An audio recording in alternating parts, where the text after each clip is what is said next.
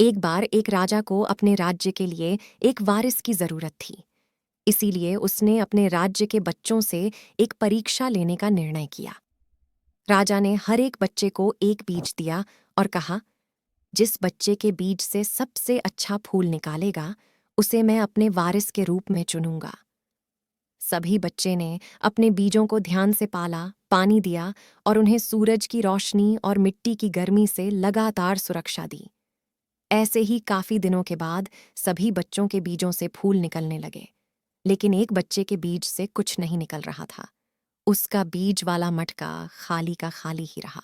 वह बच्चा बहुत चिंतित हुआ, क्योंकि उसे लग रहा था कि वह अपनी परीक्षा में नाकामयाब हो गया है। परंतु जब सब बच्चे अपने फूल राजा के सामने लाए, जब राजा ने सभी बच्चों के फूल देखे, तो उन्होंने पूछा, बच्चों, तुम सभी ने बहुत अच्छा काम किया है। तुम्हारे फूल बहुत सुंदर हैं, लेकिन क्या यहाँ कोई ऐसा भी है जिसके बीज से फूल नहीं निकला?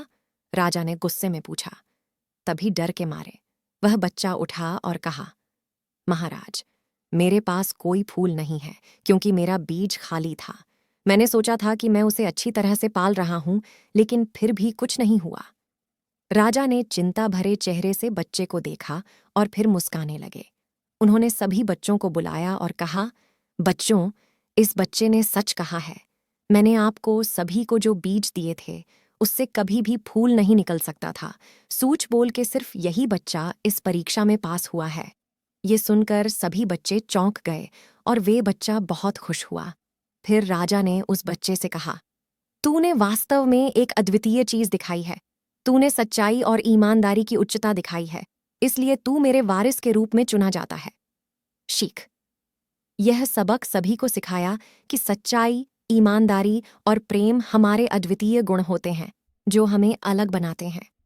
जब हम खुद को सच्चाई और ईमानदारी से युक्त रखते हैं, तो हमारी मूल्यवानता को कोई दूसरा मान्य नहीं कर सकता है।